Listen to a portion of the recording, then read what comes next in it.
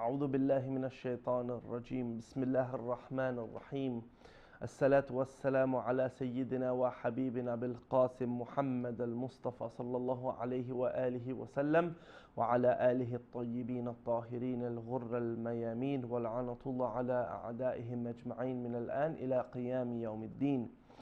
Assalamu alaikum wa rahmatullahi wa barakatuh. My beloved brothers and sisters, you are watching us live on Sky 847 Safia TV.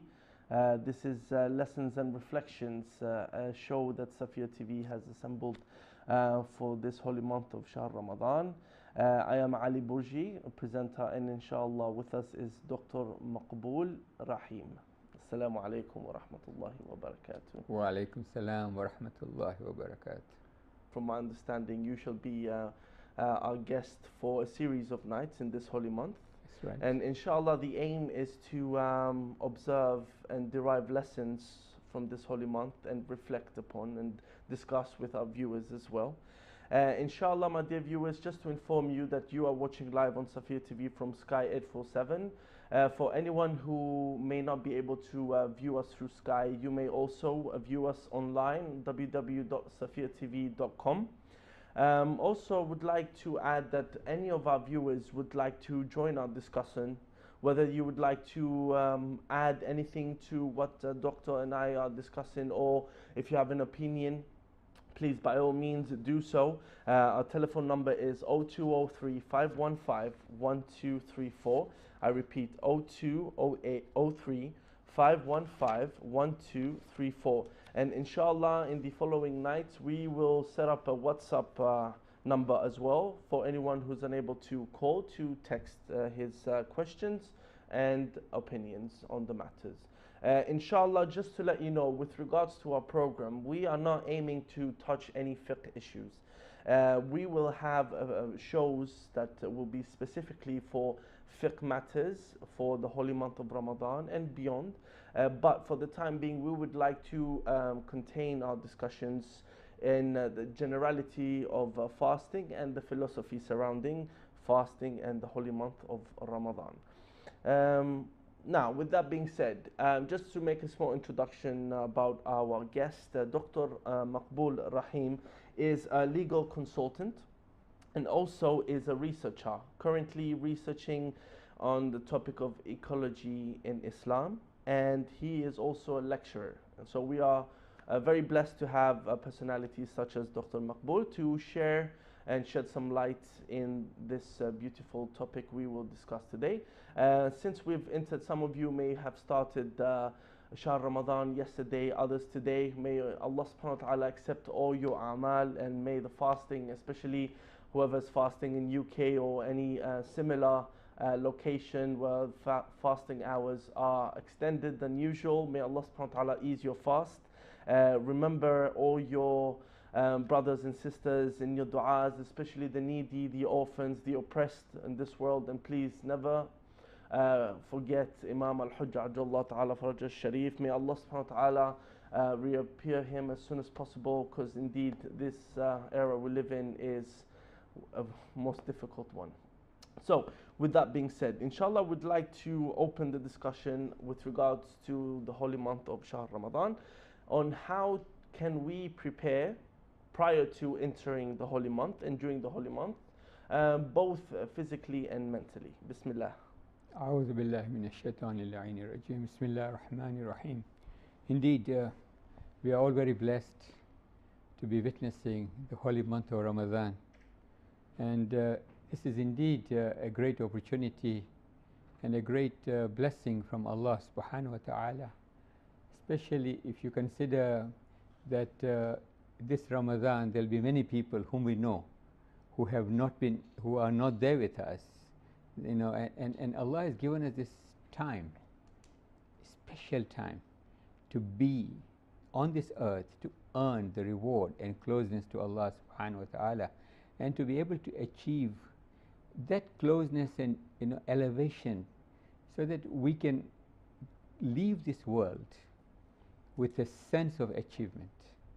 So if you take this overall world view that we have been created by Allah subhanahu wa ta'ala for a very specific purpose, and that purpose is to worship Allah, to come close to Allah, to be near Allah, to understand Allah, so that we are able to kind of achieve that the spiritual elevation. And we see that Allah subhanahu wa ta'ala has given us ways, guidance as to how we go about it. So Allah subhanahu wa ta'ala has given us the Holy Quran, He has given us Imam Asumin, He has given us the Holy Prophet, He has given us the prophets before, in order to show how we're going to lead these lives. Now, if you look at that overall worldview and say, look, our taklif, our responsibility in this world is to achieve our objective, and that is to achieve the pleasure of Allah subhanahu wa ta'ala. And how we are going to achieve it, Allah subhanahu wa ta'ala has given us diverse ways. There are so many different ways in which Allah subhanahu wa ta'ala wants us to reach Him. The prayers, salah, and one very important one is Psalm. So this fasting is a very, very important way of reaching Allah subhanahu wa ta'ala. So if you look at it, if you look at this holy month of Ramadan as a very great opportunity, and say to yourselves that, look, we all are living in this world, we all are carrying on with our day-to-day lives, we are on autopilot, we are doing our routinized things, we're going to work every morning, coming back, and then having time with our family, and then resting and going back. So we have a routine. Is this routine going to necessarily give us what our nafs really wants to achieve? And so Allah subhanahu wa ta'ala has given us this opportunity that, look, we have this month in which your routine is going to be totally different. You're going to abstain from the things that are going to make your fast void, according to some Maraje 9, according to some Maraje 8, but you're going to ensure that you refrain from all these things like eating and drinking, and there are many other things which are kind of material, animalistic, sexual desires, etc., in order to achieve that closeness to Allah subhanahu wa ta'ala, in order to have a different routine, in order to say to yourself that, look, I'm now having an opportunity of transforming myself. I'm able to change. So you can look at fasting as a way of deprivation. You can say, oh, I'm not able to eat. So you tell your friends in the office that, look, I cannot eat and drink, and there are many things I can't do as a result of fasting. But that is a very negative way of looking at fasting. Whereas you can look at fasting as a very positive way, that Allah subhanahu wa ta'ala is asking us to reorient and focus all our energies on the spiritual task of reaching His pleasure. And in order to do that, we are being asked to refrain from feeding, from gratifying our animalistic desires, one of which is food, the other one is thirst, and the other one is sexual desires. And we have to refraining in every way from those things which are sins, which Allah subhanahu wa ta'ala has made haram for us. So that is a very positive way. So when we come with that kind of perspective, our preparation for the holy month is different. We are not concerned now about the fact that we will spend about 18 hours without food and drink. We are more concerned about how are we going to be able to achieve that one purpose of my fast in every day of my fast in the holy month of Ramadan, to reach that level of pleasure of Allah subhanahu wa ta'ala in the manner in which I can spiritually feel at one with Him, in a manner in which I can feel raghba, I can feel that desire, I can feel that connection with Him. So we are seeking to connect to Allah subhanahu wa ta'ala in this holy month. And one important perspective which is going to make our plan of preparation a proper one is when you understand where you want to end up being. So if you know that you are going to end up being reaching Allah subhanahu wa ta'ala, you're going to end up getting the pleasure of Allah subhanahu wa ta'ala, you're going to end up in being able to have forgiveness of our sins, you're going to end up in being able to get blessings, untold blessings from Allah subhanahu wa ta'ala. That is a different type of preparation. And there our whole mindset is different. Yeah, exactly, Dr. Maqbool, and that's a very beautiful way in putting it. Now, with regards to the preparation itself, um, what is your opinion how a brother or a sister can prepare him or herself spiritually, both spiritually and physically, actually, in order to appreciate the fast itself? Um, should they maybe contemplate with themselves or have some sort of preparation before entering the holy month of Ramadan? Should they wait until Shahr Ramadan is upon them and then directly start fasting? In which way could they maximize the experience of fasting? You know, many people actually, they fast outside the month of Ramadan. You know, in Rajab, in Shaban, we have got so many mustahabat, so many fasts which are mustahab for us to keep. You know, and we are in a sense preparing ourselves. There are many people who fast every Thursday throughout the year, except those days when it is haram to fast. Yes. There are people who fast every Monday and Thursdays. So you see, fasting is something that you either are doing it, or you have practice of doing it, or you have no practice. Or you say, okay, there may be some people who say, oh, I can't fast any of the days, so I'm going to start fasting in the month of Ramadan, and that's where I start. So for such a person, you know, he will probably feel that when he's fasting, he's best able to contemplate. Because now he's feeling the hunger, he's feeling the thirst, and he's asking himself throughout, what am I doing this for? What am I seeking to achieve? Why am I doing this? That's why it's very important for us to attain knowledge in order to understand the reason behind fasting. It's not just about obeying Allah subhanahu wa ta'ala and not fasting. We have to understand the reason of fast itself. That's something important that maybe we could touch tonight as well. Exactly. The reasons of fasting. What is the essence of fasting? Yeah, so the reasons fasting is discipline. We want, first of all, discipline. We want to discipline ourselves. We want to control our emotions. We don't want to give vent to anger and to irritation and to quarrels. You know, one of the most common things, and people kind of take it as almost like given, that, you know, fasting is giving you some kind of an excuse to be angry. Fasting is giving you some kind of an excuse to say, okay, my temper is short, don't talk to me. Should be the other way around. It should be the other way around. So, you know, really, fasting is supposed to give you the training and orientation to be able to control one's emotions. Now, in order to be able to understand that, look, our emotion, why, you know, about controlling our emotions and spiritual elevation and coming close to Allah, we need to understand one thing, that we have got two types of situations. We have got what is nafs ammara. Nafs ammara is that state of our nafs that is always driving us towards disobedience, towards rebellion. That's nafs ammara everyone faces.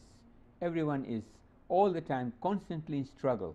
So there are temptations of sin, there are sexual temptations, there are temptations of looking at of haram things, or looking at things that Allah subhanahu wa ta'ala has prohibited us from doing, like, for example, soft pornography, hard pornography, all that which is so common in the world today that you just see it's there, whether you like it or not. There, so it's kind of, you know, it's disciplining oneself. So fasting will give us restraint, patience.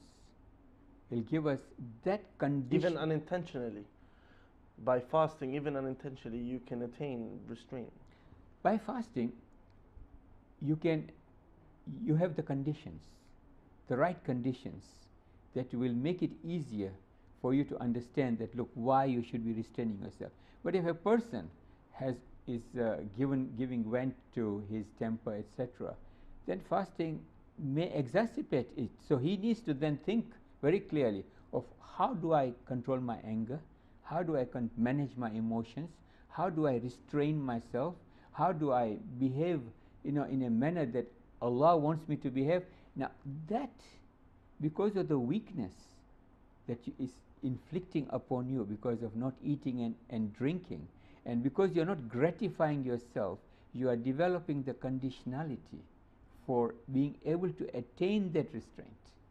So you are able to achieve that restraint as long as you remember that that is something that you should strive for. So we are told in fasting that it's not only the fact that we don't eat and drink, but each and every part of our body should be fasting. We should be reading the Holy Quran. We should be reciting Salah on time and ensuring we do Nafila as well during this month and during our fasts. So we try to do ibadat, as much worship of Allah subhanahu wa ta'ala and remembrance of Allah subhanahu wa ta'ala. So the key is this: if we are connected to Allah subhanahu wa ta'ala and we are remembering Him, and our fast is causing us to remember Him, is giving us that opportunity and conditionality to remember Him, then we are in a better situation. We are now optimizing our situation of being able to remember Allah subhanahu wa ta'ala, as opposed to when you are totally occupied in things which take you away from Allah subhanahu wa ta'ala. Now when you are in the state of fast, you know, I'm going to change my routine. I'm going to change my routine. I'm going to pray on time, for those who have difficulties praying on time. I'm going to ensure that I be good to my people around me, that I'm kind to them, that I empathize. Even if I feel annoyed with them, I don't get annoyed with them.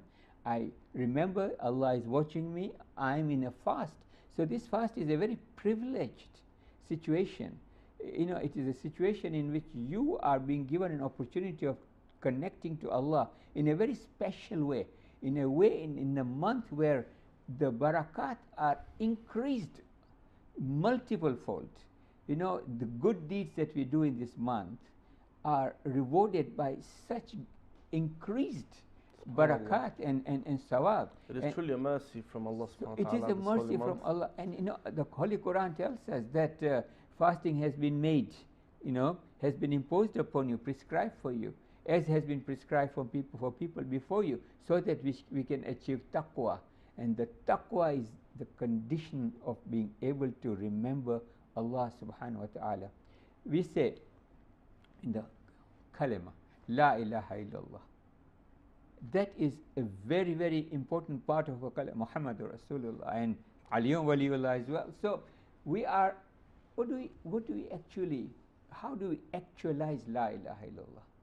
We actualize La ilaha illallah by having a constant reality in our minds, in our hearts, in our soul, that Allah is watching me, that Allah is my Rabb, that everything I do is in His control, but He's letting me.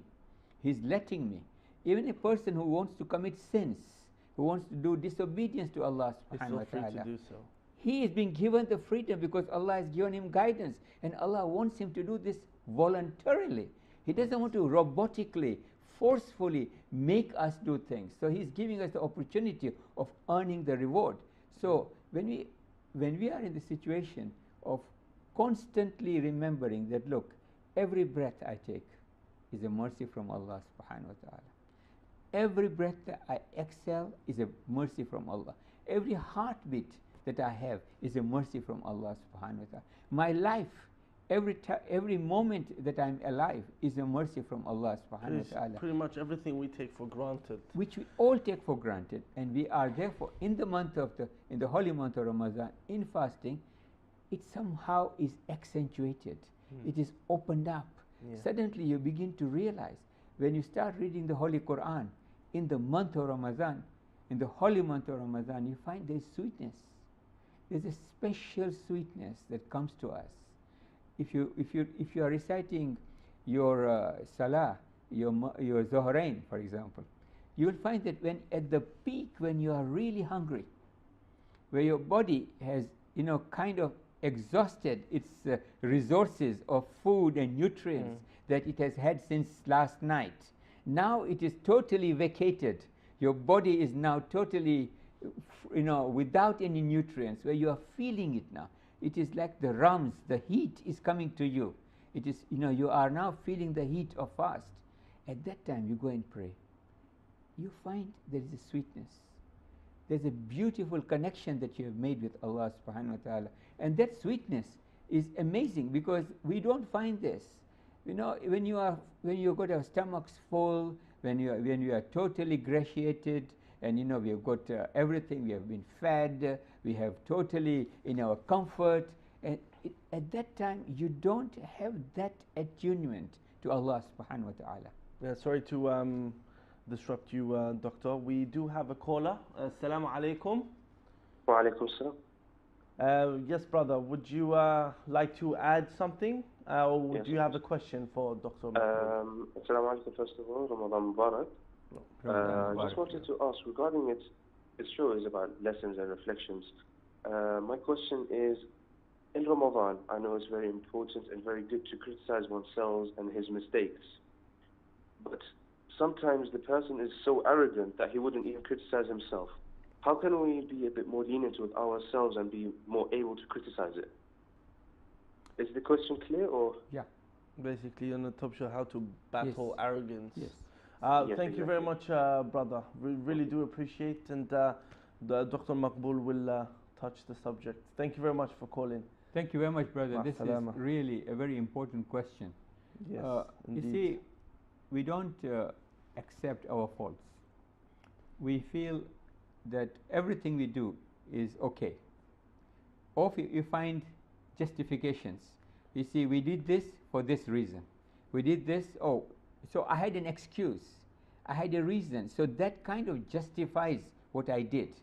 And, you know, whereas if you are totally honest with yourself, so one has to be able to see oneself as people see you and not seeing yourself as you see yourself. So you've got to kind of get rid of the ego. The ego is the worst thing that actually prevents us from seeing our own faults. So if someone tells us that, look, you are being, kind of arrogant, you are not you're not being considerate, the first reaction for someone to say, look, that's not true. That's denial. What we should be doing is, okay, tell me, why do you think that I'm not being considerate? Why do you think that engage in an intellectual discussion? What is it that is making you feel that I'm being arrogant? But the problem is when a person does not acknowledge that has an ego and has an attitude that leans towards arrogance, how can you, because a lot of times the ego plays the role of the defender. Whenever you may, for example, would like to address an issue that generates arrogance out of a person, if you try to, let's say, touch that area, automatically the ego will defend, or might seem of getting the person offended, or would try his best to avoid the confrontation. How can you drop that guard of the ego and try and find a way through so you can actually reach the person for him to understand that arrogance that's been put into place? So if this is a problem of self-evaluation, that's a different way of looking at it. So if someone feels that he is doing nothing wrong and everyone around him feels that they are being, in a sense, oppressed by his ego, by the way he behaves, so now the others have to start having to have to kind of get across to him exactly how they are. So if this person, how do you make someone appreciate that he is not being humanistic? We're going to touch that base. Sorry to disrupt you once again. We're going to continue on that one as soon as we have a short break. My dear brothers and sisters, please stay with us. We'll be right back to continue our discussion with regards to touching the subject of arrogance. Please stay with us. We'll be right back.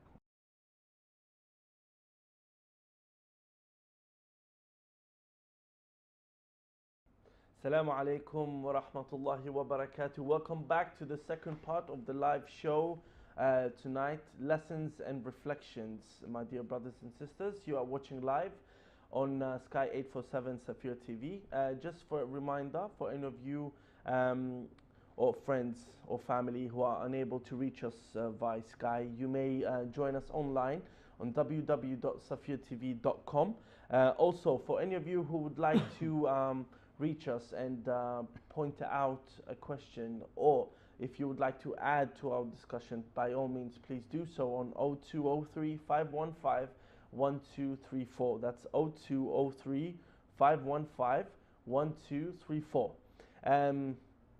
Before the break, one of our brothers called and touched the topic of arrogance. And that was a very interesting question. We wanted to proceed and kind of shed some light with regards to the subject of arrogance. And I was discussing during the break with Dr. Maqbool. When, firstly, in the holy month of Shahr Ramadan, our aim as a community, we need to help each other to improve ourselves. That's one of the main, my humble opinion is, the main point of Shahr Ramadan is that we should strive to improve ourselves so we can benefit from this month for the next months of the year. So in this holy month, when we're trying to, for example, approach a person who may be arrogant. Now, of course, we battle, we have this battle, jihadun nafs as we call it, every day between ourselves and our fitrah. And also we have brothers and sisters in the community. Sometimes we would love for our brothers and sisters to approach us and point out our faults and help us improve. Sometimes we may not even acknowledge something we may do wrong, or there's certain issues we are approaching in the wrong way. So we need our brothers and sisters, and that's why we should all be open, especially in this holy month. We should all be open to constructive criticism. We should all be open to hearing opinions of others when it comes to us. So what we were trying to understand with Dr. Maqbool is when we would like to consult a brother or a sister, let's say in this matter of arrogance, how can we reach through when the ego can be the defender, let's say? Automatically, if a person gets offended, the ego will try and avoid the subject or get offended. So, Dr. Maqbool, that's something very interesting. How can we break through this? You were discussing about, before the break, how we actually appreciate, for example, before breaking our fast, how that spirituality was a great factor. Now, whether that spirituality comes from the fasting or from the holy month itself, but when we are elevating ourselves spiritually, I think that we can recognize our faults in ourselves. Is that correct? Yeah.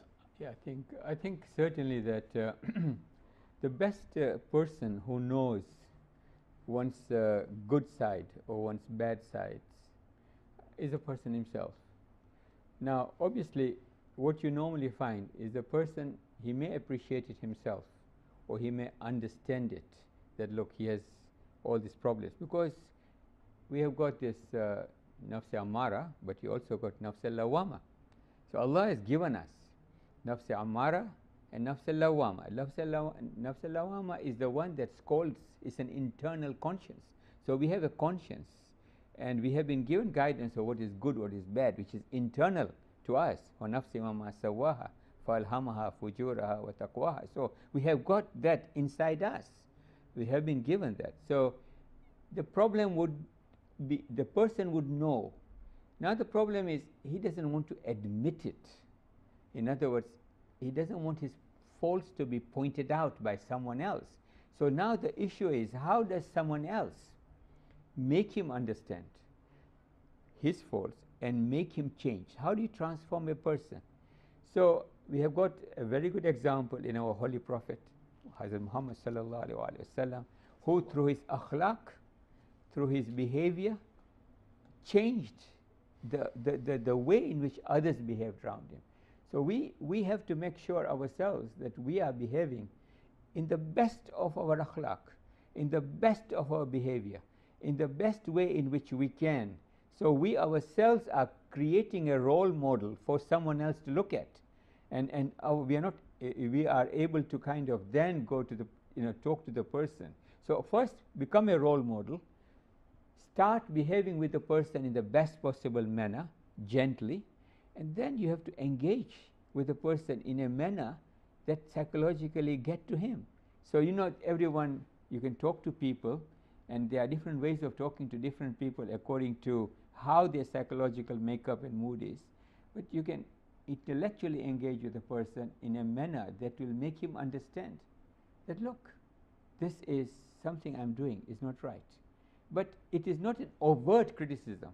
It is not like you are so and so. So what actually happens in life is people feel that someone else is not behaving very well, or they is showing all the signs of bad behavior, and they scold, they nag. So nagging, scolding, trying directly criticizing someone.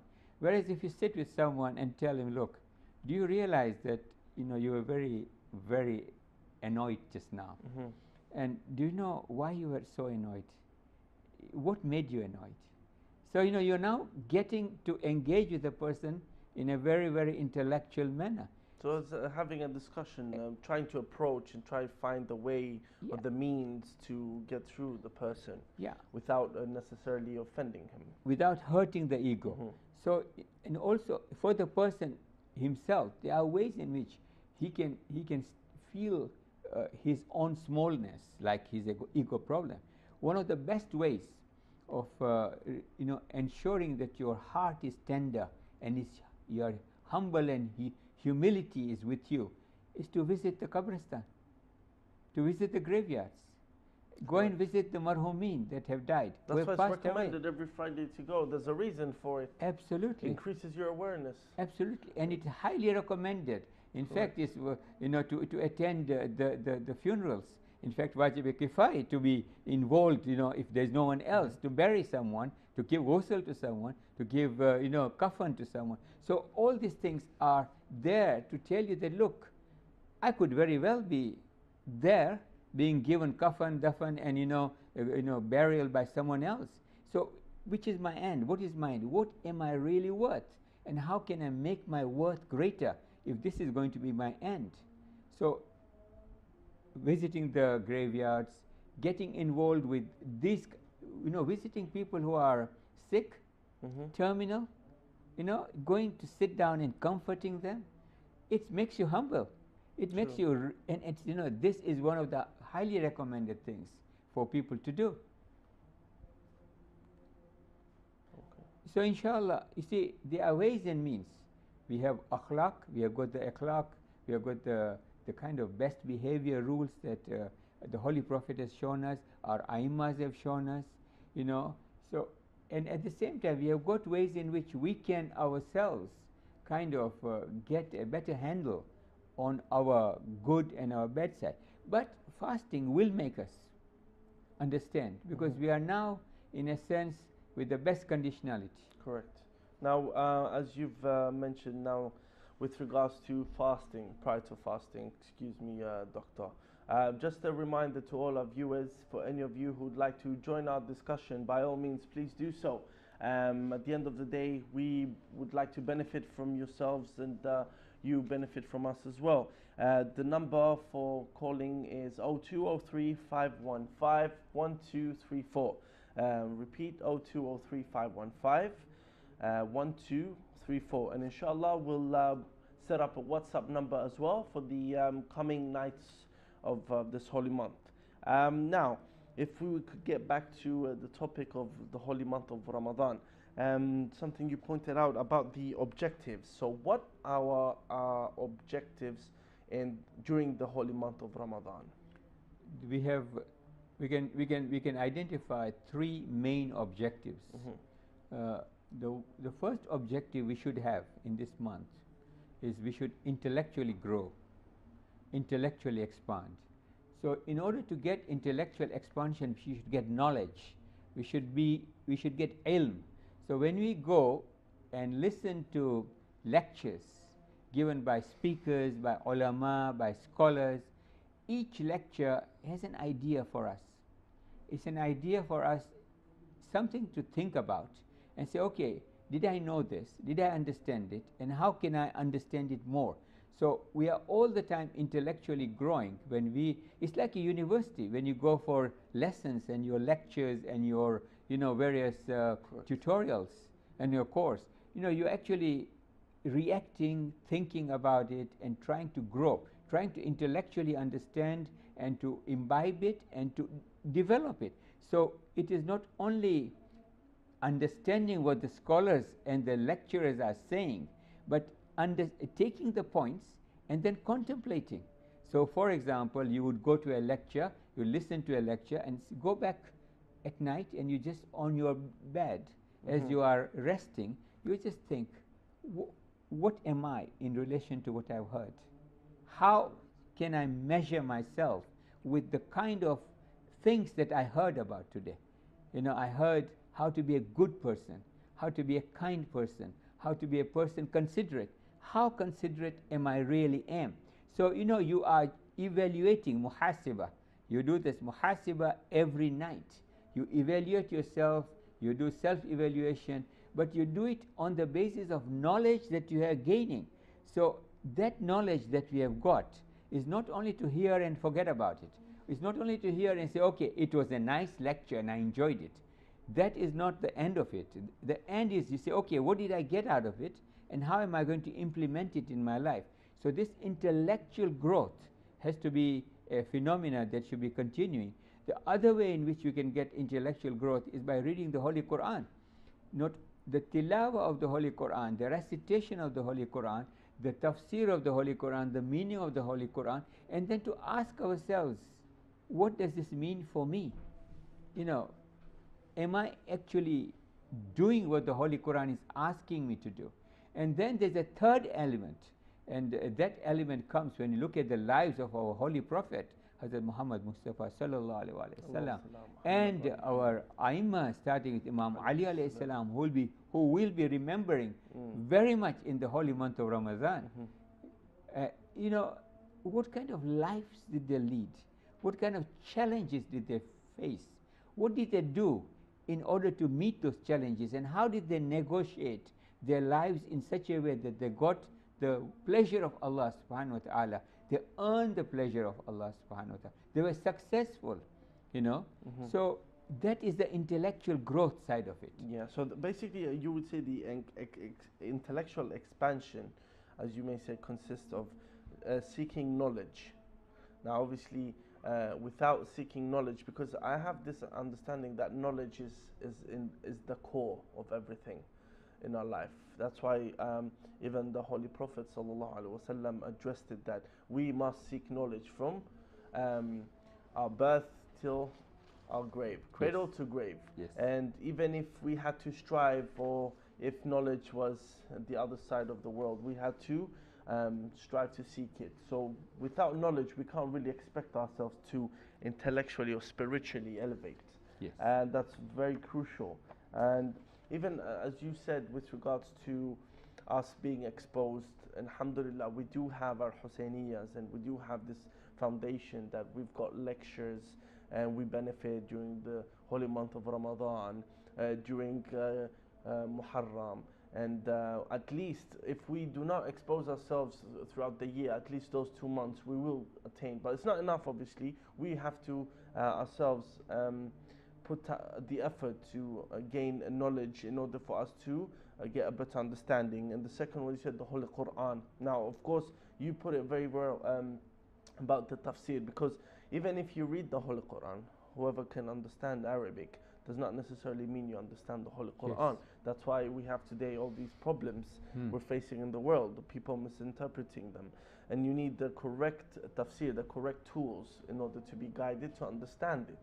Like the Holy Prophet ﷺ said to Amirul Mu'mineen alayhi salam, I fought to reveal the Holy Quran, and you will fight to explain it. Exactly. So it's very important. And again, without knowledge, you need knowledge to understand the Holy Quran, whether historical, whether be it the aqa'id, belief in the oneness of Allah subhanahu wa ta'ala, and philosophical to an extent as well. And the third one, as you said, is deriving lessons from the lives of Rasulullah and the Ahlul Bayt alayhum salam. Because at the end of the day, Allah subhanahu wa ta'ala didn't bring them here to be tortured and to suffer. Yes. They were sent and for us to be a lesson, for us to be an example, to be, even I in my everyday life, I say to friends and family, when it comes to any queries, any questions, any doubts, go back to Ahlul Bayt. Always go back, because no one else other than them will guide you to the right path. So whenever you are stuck in a situation, whenever you have doubts about something, always seek the guidance of Ahlul Bayt alayhim salam through the historical lives, the teachings, and through the hadith. Absolutely. And that's beautiful what you mentioned there, Doctor. See, beautiful. One of the things that it's a very nice hadith that I remember, and that's in Al-Kafi, where this illustrates the point about intellectual expansion, about how we should seek to understand Quran. You know, there are two types of things that people normally think. There is a concept, which is conceptual, so you know conceptually, but then you don't really know it unless you think about it. So whatever you hear about, anything, any form of knowledge that you hear about, you will need to think about it in order to understand it. When you understand it, you will interpret it, and that becomes your knowledge. So there's a very nice hadith that the Holy Prophet, a person comes to the Holy Prophet and asks our Holy Prophet, what is knowledge? And this is an Al-Kafi. So the Holy Prophet says to remain silent before a teacher. So the man then inquires, what is the next stage? So the Holy Prophet says, it is to listen with learned attention. To the learned attentively, to try to understand what they are saying. The man then asks again, what is after that? Then the Holy Prophet says, is to remember what has been listened to. And then the person asks, what is next? And the Holy Prophet tells him, it is to act upon what one has learnt. And then the man asks, what next? Then the Holy Prophet ﷺ says, it is then to propagate it. So you see, we have these different stages SubhanAllah, in which we try to understand, but unless we implement it, knowledge doesn't become ours. It is books knowledge. The Holy Quran will remain in the Holy Quran unless it's implemented. When it's implemented by us, then it becomes part of our life. It becomes part of us. Similarly with Salah, if you are just knowing about Salah, talking about Salah, but never praying Salah, never doing any Salah, it never becomes part of you. Exactly. But when you understand and experience, when you experience Salah, you know that was in the book, that was conceptually. Now I know what Salah actually means because I was in it. I went inside it like I went inside the ocean, like I dived into the ocean. Now I experience spiritually what is Salah, what I felt, what I actually became connected. And even momentarily, when whatever seconds or minutes I got connected to Allah subhanahu wa ta'ala, that was my experience. And that is something that I will not forget. Okay. SubhanAllah. About the stages, you know, I was thinking about that's the problem we have in our today's society, is that non-Muslims find it very difficult to understand Islam because they never see Islam, they only hear Islam. And even, I'm not just talking about even myself as well, we are definitely neglecting these stages, because if we did actually act upon it, we would be so different. Islam would be a living entity within us. We wouldn't just have to propagate about Islam and just explain to people what Islam is, because a lot of it, people would actually see it every day. And there's beautiful about the remaining silent, the beautiful hadith you've shared with us, remaining silent, meaning that you need to drop your arrogance. When you acknowledge that someone is speaking as elderly, a teacher doesn't necessarily have to be someone with a title. It can be an elder or someone with more experience than you. Or even if it's someone, when you do listen, obviously in order to listen, you have to remain silent. So lots of times we find We may have conversations with people and both are talking, or someone's remaining silent for the sake of waiting till he can speak. So it's important remaining silent in order to actually absorb what someone has to share. And the second stage would be listen. So first step, you remain silent and then you listen. Absorb what is being said, what is being given to you. And then the next stage would be remember. So remembering consists of contemplating, reflecting, understanding. So it's not just about letting it pass through your ears and allow it to go from the other side. It's actually absorb it like a sponge and try and understand it, what it has to say, what is it, and then act upon it. How beautiful it is that us as Muslims, we would practice something before we'd even preach it. And that's why, again, what I was been saying is so difficult for us today to an extent, we cannot be compared, like for example, with all these atrocities that are happening around us. We always have to defend Islam. We always have to make it zahir, apparent that, you know what, we have nothing to do with ISIS. We have nothing to do with this mentality. And it's always heartbreaking whenever we hear it in the news that, oh, this has happened, and we hear Islamic fundamentalism, radical Islam, and you know, your soul wants to scream it out. This is not Islam. But yet again, we are giving them the excuse because true Islam is not seen in the world. We Muslims are just living, most of us, our lives, just everyone else, secularly. So how are we going to show the world what Islam truly means if we don't act on Absolutely. Islam? The thing is that one of our biggest obligations and responsibilities in the world today, where Islam is being totally misrepresented in every possible way, where people are using the name of Islam to commit atrocities and terror in such manner that people are confused. Our biggest responsibility is to ensure that we present pristine Islam, Islam that the Holy Prophet brought to this earth in a manner, through our words, through our behavior, through our actions, through our living a life with people, when we are in the neighborhood of each other. The best way to show Islam is to be a good neighbor.